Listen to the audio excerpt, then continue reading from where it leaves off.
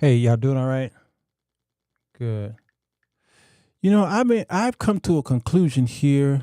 I was sitting here thinking, and somebody had a dear friend of mine sent me a meme. Was it a meme? It was a post, and this post uh, had a lot to do with what went on in the with 2020, 2021, 2022 with this whole thing with the stab.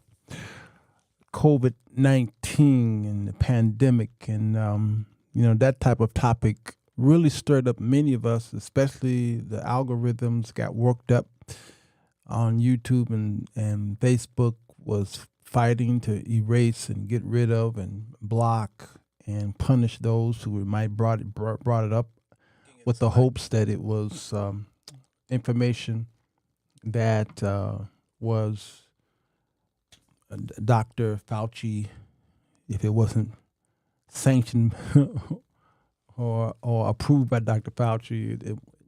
Anyway, but he sent this to me today, and then I saw it, and it sparked something very interesting in my mind. I've come to the conclusion that the things that we do on Sunday don't add up to who we are Monday through Saturday. Let me explain.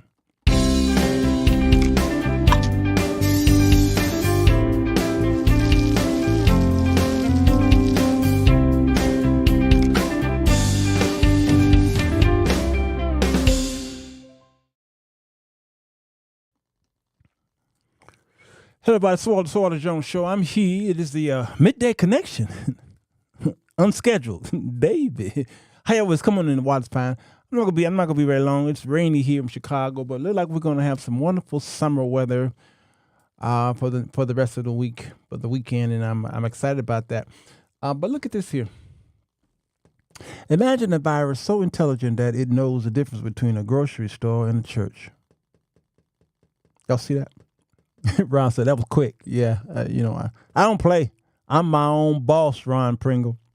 Imagine a virus so intelligent that it knows the difference between a grocery store and a church. That meme was posted on a pastor's wall today, but it was a repost from 2020, is what I heard. Evidently, these people are still focused on masks and viruses. So the subject of the COVID and all that stuff is not this subject. My subject is on the last part of this post. Church. Do you not realize that Christians are more caught up into making sure that Sunday is not disturbed more than they are feeding the poor? Christians are more keen on making sure that Sunday is not interrupted, more so than making sure that somebody has food. Notice he put grocery store with church, meaning the fight was the government didn't forbid you to go to the store, but they forbid you to go to church. Now, that was a bold lie. Church was not shut down. How do I know? Because I didn't miss a day during that whole scare of 2020, 2021, end of 2021, when it really started being, I was there every Sunday. It's just that they were trying to help us understand that these too many people in one building could cause a. But even the Center for Disease Control was confused on what to do, what to say. Every week it was something else. You can't wear a mask. You can't wear a mask. This is going to work. This is not going to work. And you should be out for 2 weeks. Well, now you can be out for 1 week. Now you can be out for 7 days, and then you can be out for 4 days, and on and on and on. The CDC was throwing caution to the wind. They just didn't know. They didn't know. So the problem here in this meme here is store and church. Why? Because Christians were trying to protect what they may call worship. And they were going against the government because they thought the government was shutting down the church. The problem is you don't do the things you do in church at home. That's the point of this. I don't care if you all took the jab or not. That ain't got nothing to do with this show. What I'm talking about today is where your mindset or your priorities are when it comes to humans and mankind. You see, you push God into a building on Sunday, and that's where you go to find him. That's where you go to find community. That's where you go to find everything you need spiritually. But all the stuff you do in church on Sunday, you don't even do that stuff at home or at the bank or at the grocery store or anywhere else. And so this meme told me who this person was. That's right, Ron. They will shame folks in a minute for not coming to church, and you all are bringing in Hebrew. I did a whole study on Hebrew here on YouTube, was it, or Facebook, Patreon? I don't know when I did it, and we see that the typical person who defends going to a building often refer back to forsaking not the assemblies of one another. And then I gave you all the history of what that really meant. And what they were going through is not what you're going through today. You understand? So I didn't want to be long, but I wanted to find out, why is it that we put so much emphasis on Sunday and not much emphasis on Monday through Saturday? We just do whatever we do throughout the week. But Sunday, everything changes for us. If we didn't have the Pauline letter to the Romans, we would be so miserable, because he talked about Sabbath keeping and making it holy, and that whatever day you decide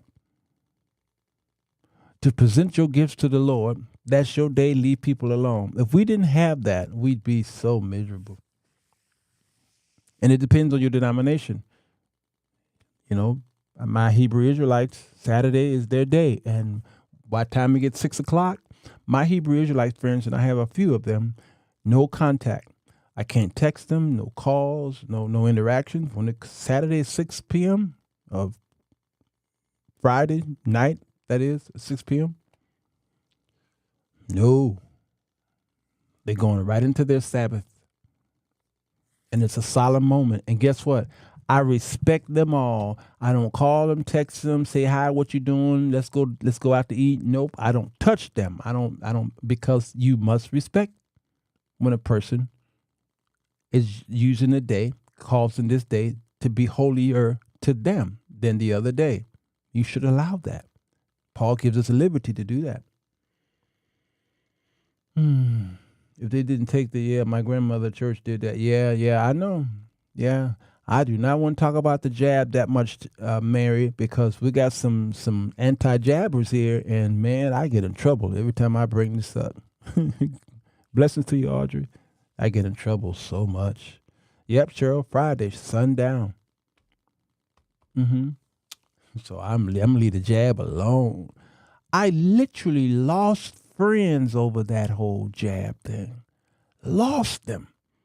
And they never returned. And they were bunkers. Because I took it a couple times.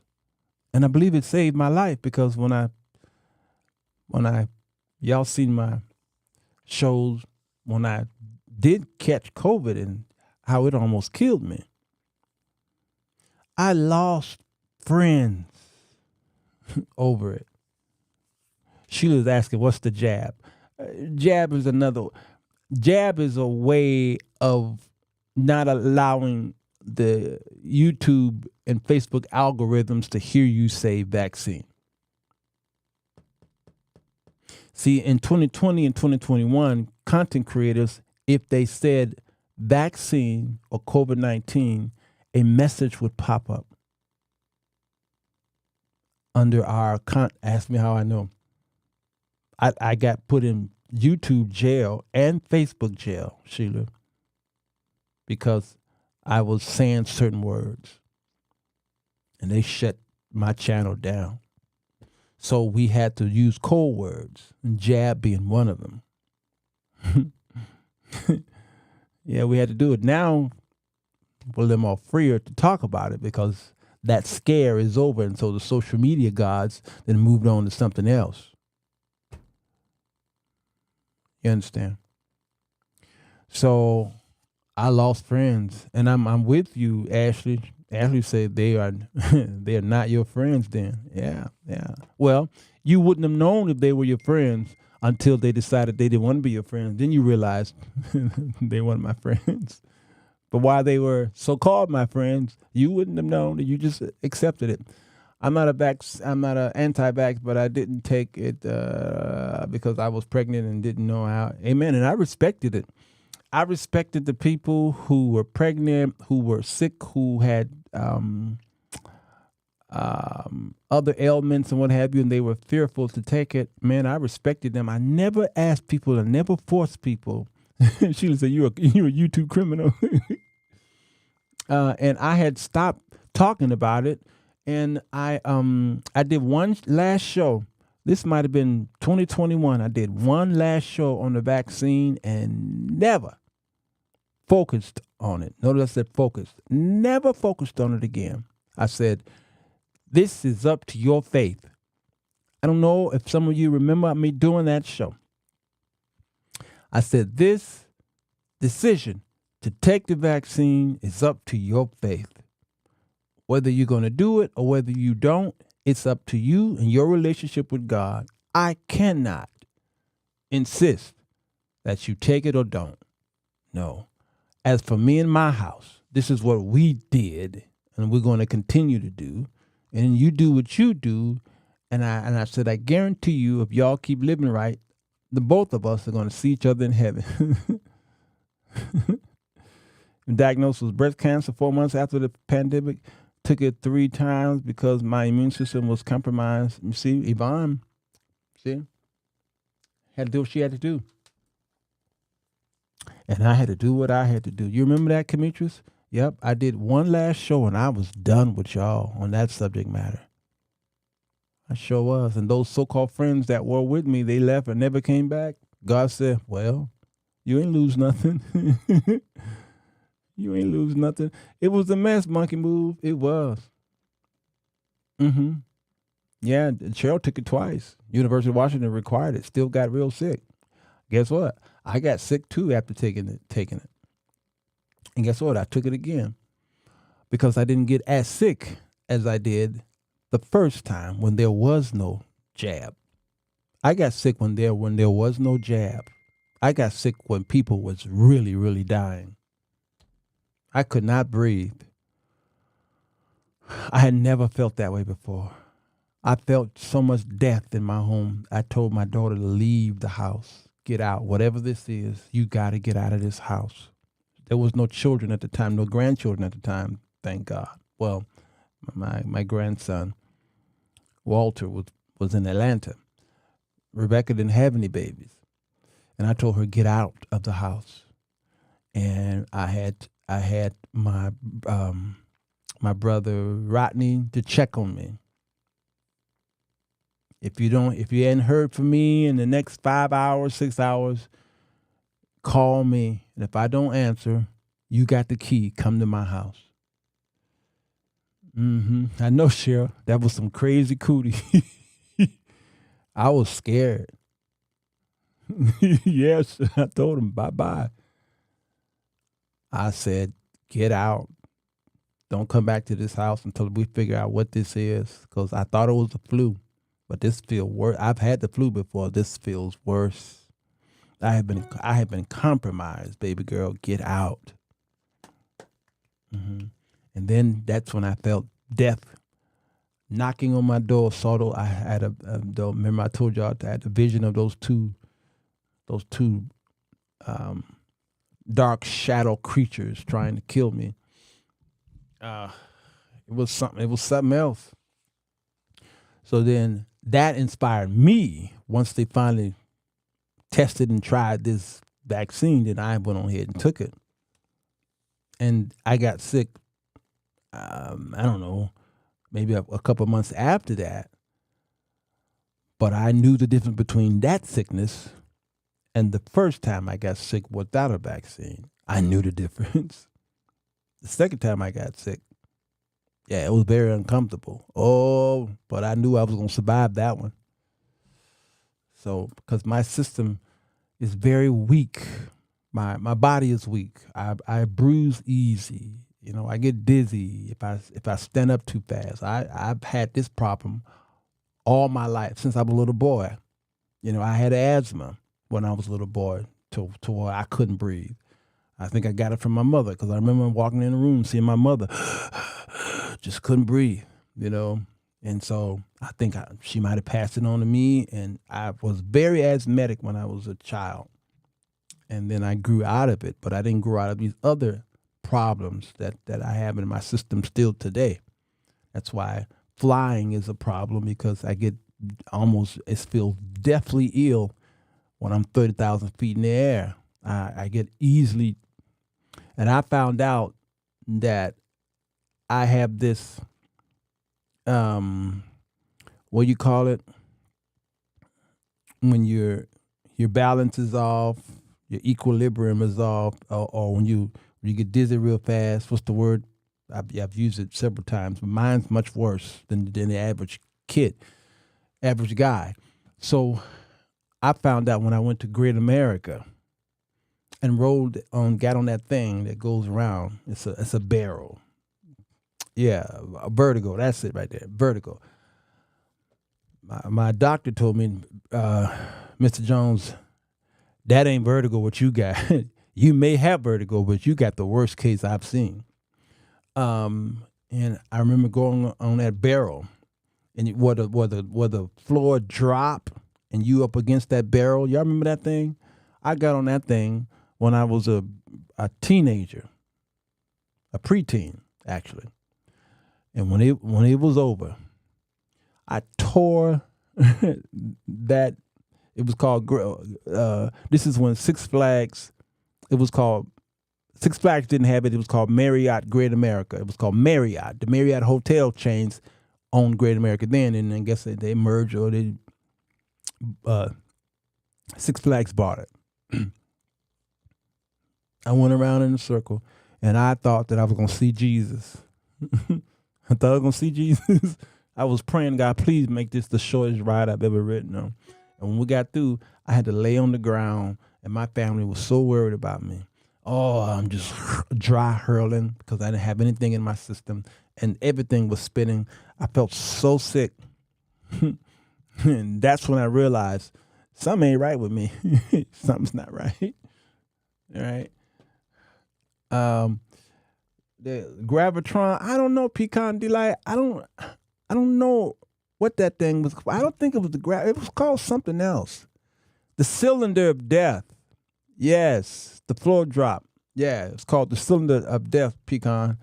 And it was the right word, it had the right name, because I think I died and I think I was revived. Young Three said, were you seeing the cloud of witnesses? I saw Big Mama. I looked up. I saw Big Mama. And it messed me up. And then from that moment on, I realized that something was wrong with me. And I would be late. I was late for school a lot, and I would get up and, wash up and then run to school. And by the time I got to the school, I faint. Dizzy, really hot. I had to pull off, whatever clothes I can without being unseemly. I'm seeing stars, my ears ringing. And I knew that there was something wrong with me. And that's been my life. And I did not want to be on no drugs. All right? I just didn't want to do it. And still to this day, I just can't. I just don't want to take drugs. But I know I have to the next time I get on an airplane. I know. So the doctor prescribed me this thing. He said, "Now, Mr. Jones, this is a what did he call it? An altered. No. What did he call this thing? It is what do you call those drugs where you might get hooked on it? He called it a something substance or something. He said, so I'm only gonna give you 4 pills. He says you can't. We just can't.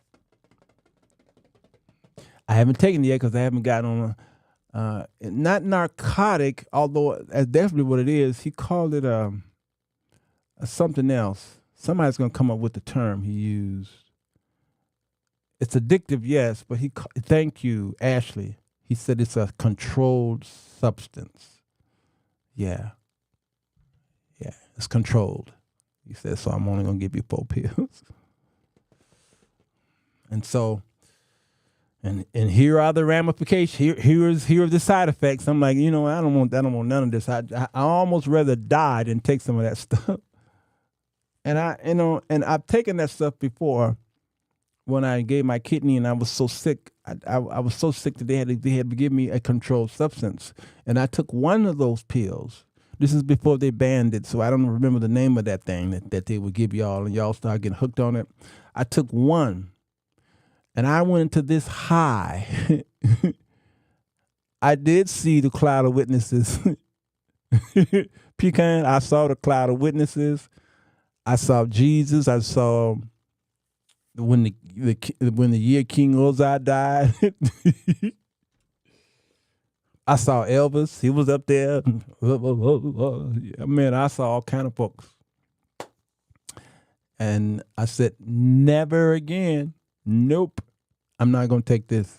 I'm not going to take it. And I took that bottle and those pills and I threw it away. I think it was oxycodone. April. Whatever it was, I understood why people are hooked on it. I threw it. I had to. I didn't put it in the garbage can because I didn't want somebody else to grab it, and so I flushed it down the toilet. I'm like, no, and I said to myself, this is prescribed. Is this? You mean tell me this is legal? I'm like, no, man, I can't do it. I don't want to be hooked because my ex was hooked on that thing. What y'all call that? Opioids or something? My ex was hooked on that stuff. She needed it to go to sleep. And then she was getting prescribed, and then she was selling it to, she had clients that she was selling them to. I was like, you're going to jail, right?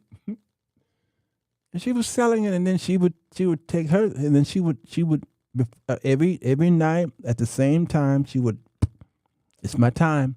And she called it my candy. I need my candy.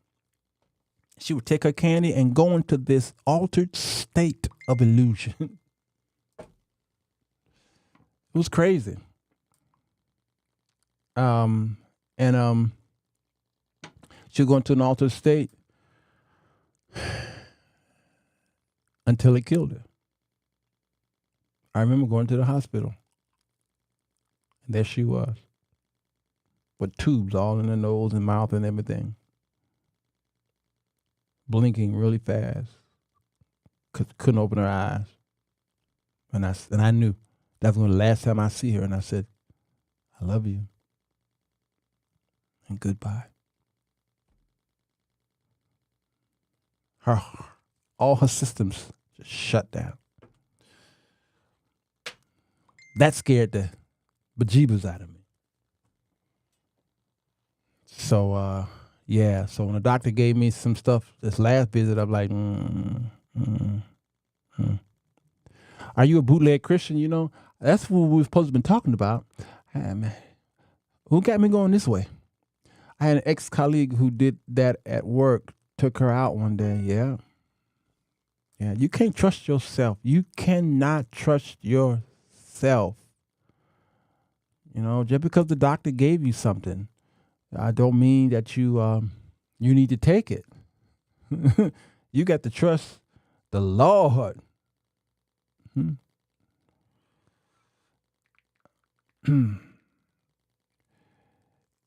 You know, the Holy Spirit is supposed to lead and guide us into all truth.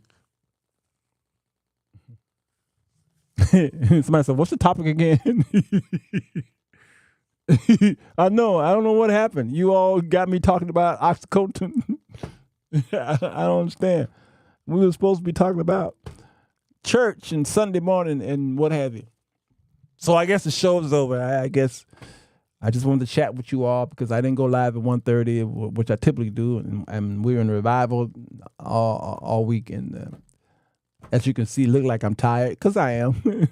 When you see me have this on, that means I did something that caused me to be tired. Bootleg Christians will have these very issues as well. That's right, Vanzel. So how do I cap this up?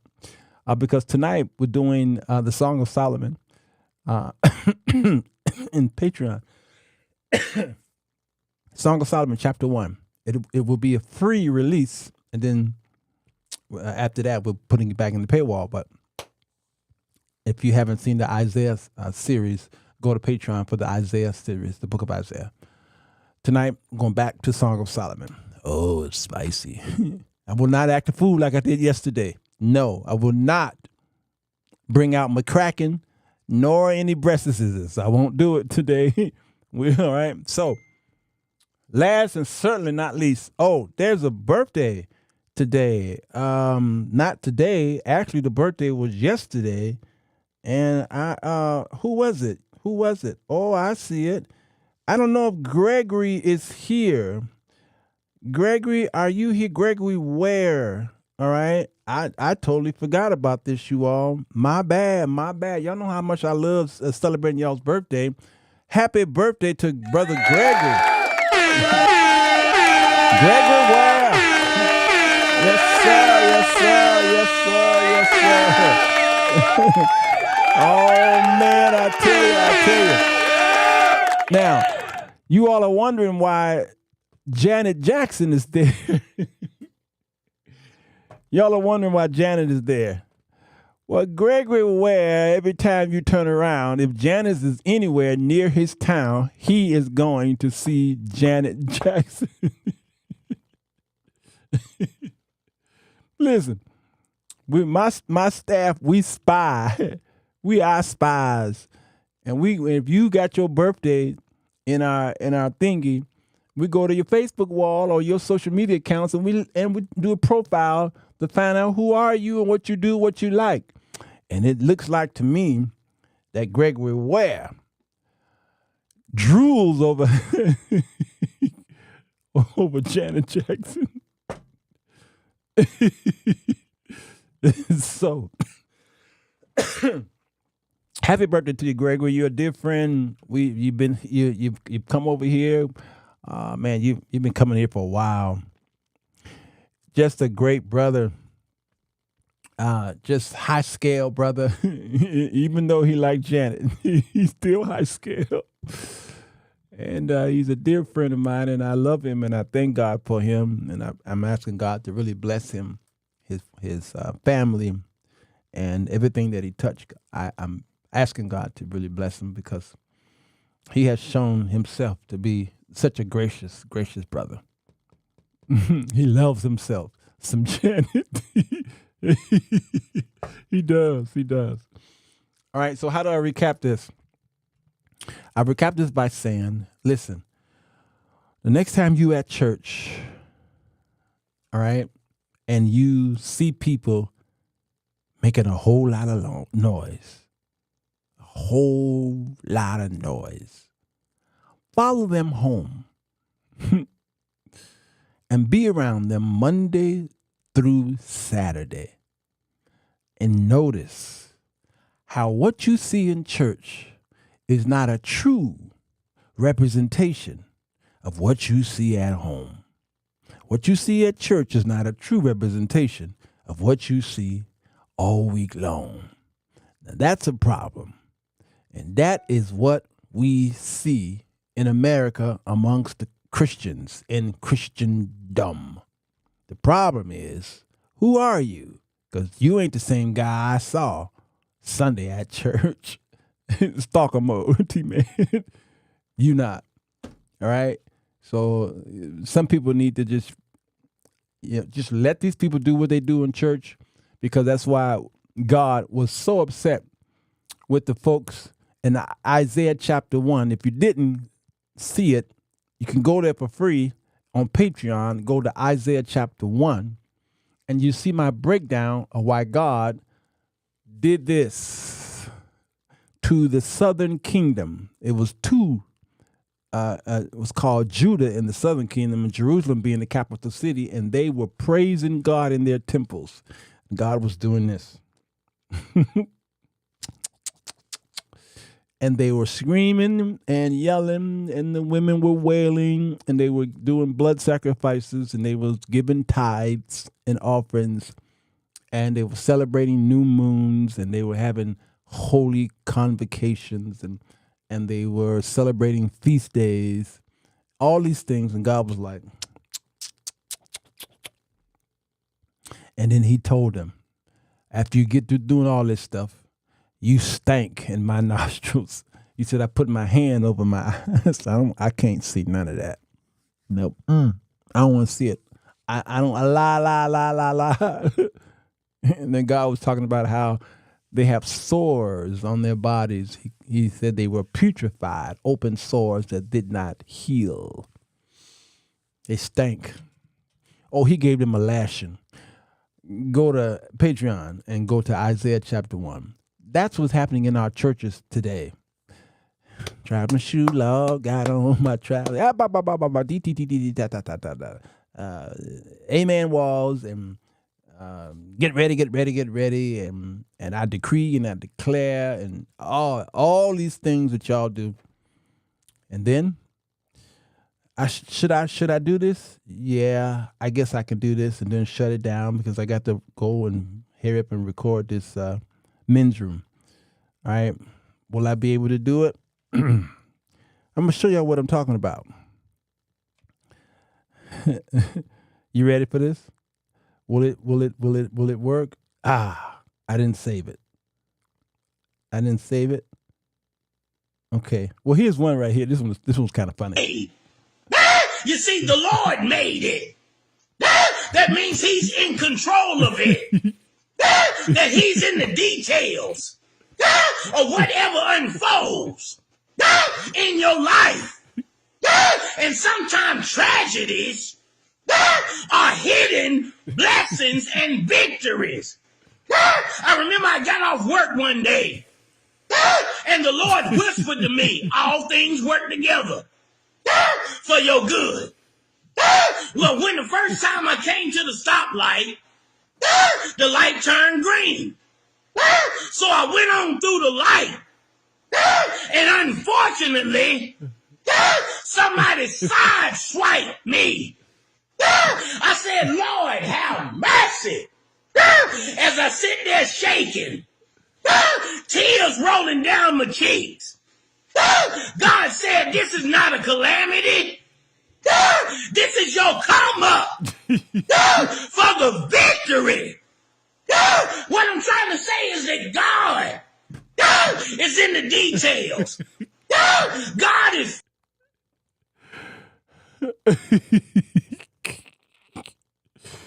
I'm sorry, y'all. I needed you all to be tortured too.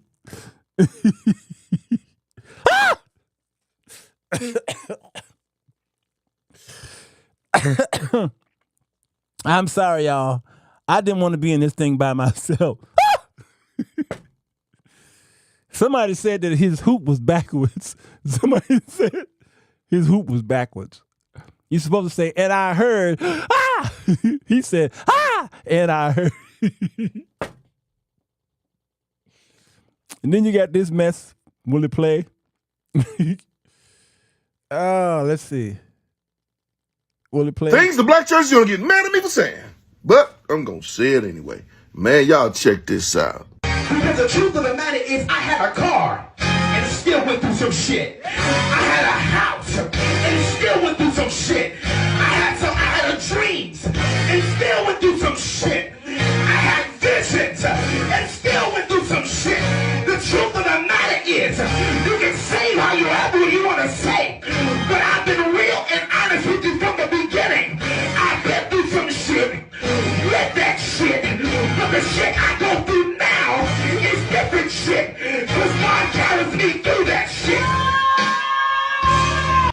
Listen, y'all. Now, the only difference between this guy and everything I said in the beginning of my show is this. You all are doing things on Sunday at your churches that you don't do Monday through Saturday. Well, this young man is doing things at church that he obviously do all week long. This is him every day. And this shock value that we see in our churches and in the pulpits is just a representation of who we are Monday through Saturday. That's who we are. And then the bootleggers will preach the unadulterated word of God on Sunday. And then Monday, Tuesday, Wednesday, they are the most hated people on their jobs, in the marketplace. The neighbors can't stand their guts. But on Sunday, they are just so sweet and so nice and cuddly and want to help everybody. This is why Paul wrote the letter to Timothy and says that you must have a good name, preacher. And he said, not just inside the house, but outside the house. Among the church, the Christians, the ecclesia, you must have a good name among the ecclesia, and you must have a good name outside of the ecclesia. You understand? So your banker is supposed to say, that's a good man. Your job, your boss is supposed to say, that's a good man. That's a good woman. You understand? The police in your precinct, the captains and the alder persons, the commissioners supposed to say, oh, Kelly, oh, we all know her. Kelly is a sweet, sweet person. Always helping people. Always feeding the poor. Always got a kind word. Oh, we just love Kelly. That's what the world's supposed to say about you. You said, so how can you serve in the house of God? But you have no respect even at home. That's why he said that your children are supposed to respect you. And if your children can't respect you at home, how in the world are you going to tell my children, insist that my children respect you at church? So this man was doing all of that, cussing and stuff in the pulpit because that building you all built for the pastor and a playground for you all. And that's why I keep telling you, when you go to school, when your children are at school and he's acting a fool, the teacher never say, you have no church training. The teacher never say, you have no courtroom training. You have no grocery store training. You have no on the corner training. You have no bowling alley training. The teacher never say that. What do the teacher always say when the kid is acting a fool? Because when the kid is acting a fool, the teacher don't call the pastor and say, come get your member. The teacher don't call the bank and say, come get this person who's got money in your bank. No. The teacher calls the mama or the daddy, because the teacher realized that you have no home training. You see? So when it comes to Christianity and everything that we supposed to be, we supposed to have home training. And what that means, not Sunday morning at a building that you built for the pastor and a playground for you all.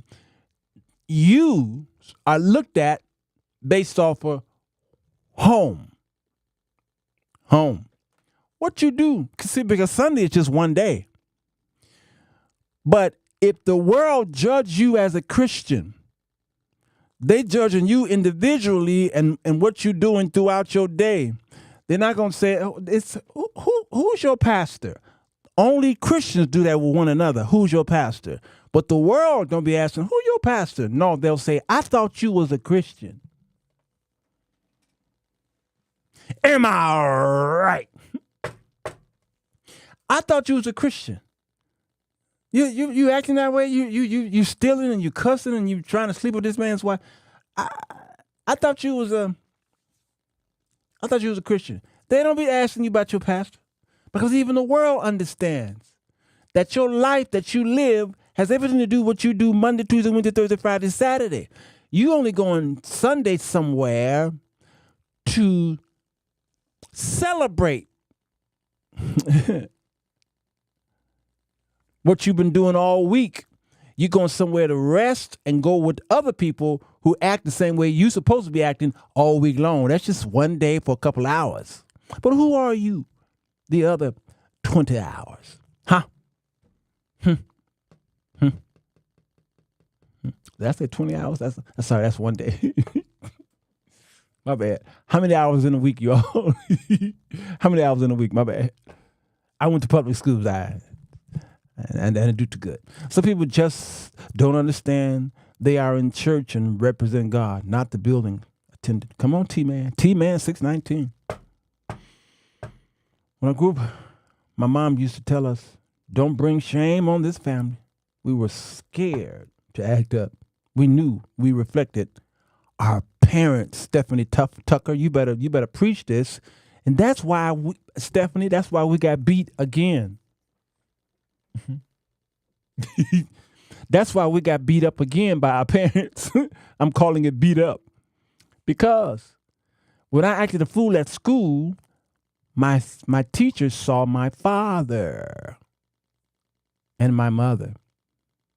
So because I was a horrible representation of my parents, I got beat again at home. If the neighbor rebuked me, the neighbor said, that's Lawrence and Evelyn Jones's kid. Because I represented them. Do you understand? Stephanie was right. Or was that Stephanie? Who said that? You are a representation of your parents, not your pastor. Not your pastor. You representation of your parents first, with the hope that your pastor is teaching you and training you and rearing you up in holiness and teaching you the scriptures hermeneutically. Yes, he has some play in there, but by the time you got to church, you're supposed to already be under good conduct before you get to church. Do you understand? Because the church is going to say the same thing about you. Where your parents at? It's not our job to rear you up with good conduct. That's not the church's job. It's your parents' job. My grandmother would punch us if we had Carl, I think that's Patricia using Carl McCullough's, right? Is that you, Patricia? Makti? That you? There were consequences to our poor behavior. Now, not so much. I'm afraid to show y'all this picture. I don't think I can show y'all this picture. I'm supposed to been gone, y'all. All right. Okay, I'm gonna just show y'all parts of it. All right, I'm gonna show y'all parts of it. This is Riri. This is Aretha Franklin, and this is Don Cornelius. Don Cornelius is looking down, not at her face. Not at her face. Don is looking down. I can't show the rest of it. I can't show the rest of it. Uh-oh. I think I showed too much. I showed too much. Some of y'all seen this picture before. Don is like, tell me more. And so she's showing him her RESPECT. Find out what it means to me. All right? I can't show y'all the rest. But trust me, it left nothing to his imagination.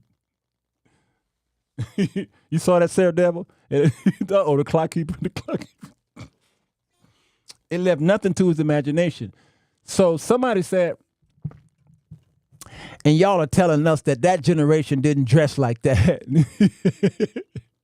I saw it in the comment section, and even a couple of bunkers were like, And y'all gonna tell us that that's not y'all, that was not y'all generation. Well, I never said that that wasn't our generation completely, but I will say that artists like this did dress provocative because what's her name? Patti LaBelle dressed questionably when she was with the Bellettes. So the what was the name of her group? Ichi Kichi Ya Ya Ya. Okay, they dressed kind of whorish. Okay, all right, but it was a few of them. But come in, young folks, so that I can help you out. The general consensus of them didn't dress that way. As a matter of fact, the public rebuked them if they did. Number two, the police would arrest you for indecent exposure. My mama's generation just didn't do that in public. No, you had to turn on TV to see something like that. The Bluebells, thank you, Joyce. The Bluebells. I thought it was the Bellettes or something. All right, it wasn't like it is today. Today, the public is actually, you're nearing the edge. Today, the public celebrates this. But back in my time, the public found shame in it. Kendall said, stop showing rereads.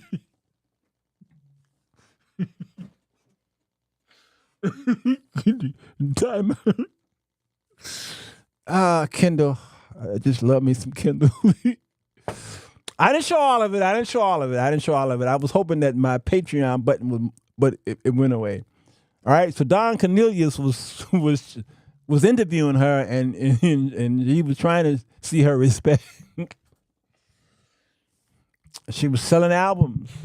These cursing preachers are selling damnation. All right, you better preach this. You better preach it. You better preach it. I'm looking at some of the prom dresses. Oh my God, don't get me started on that. I had to get some permission from my dad to have a French roll because it made me look bad. These prom dresses, okay, Nicole told me to go eat. Let me go eat. Let me go eat before she put her husband on. Let me go eat. Let me go eat. How did you know I needed to eat though? Because I am hungry. All right. And then somebody said, ain't that that's a preacher's daughter. Y'all know who her daddy is, right? Huh? Y'all know who Mr. Franklin, right? Huh? Y'all forgot who Rita's daddy was? Huh? Y'all forgot, didn't you? Talking about some that's a preacher's daughter. Might I remind you who her daddy was? I learned the game. I learned to play his game from her daddy. Lawrence said, yeah, that's a tricky one. I learned to play his game from CL. All right, I better go because I'm getting text messages and all kind of stuff. I'm getting all kind of questionable messages. Shut it down, Brother Jones. Shut it down.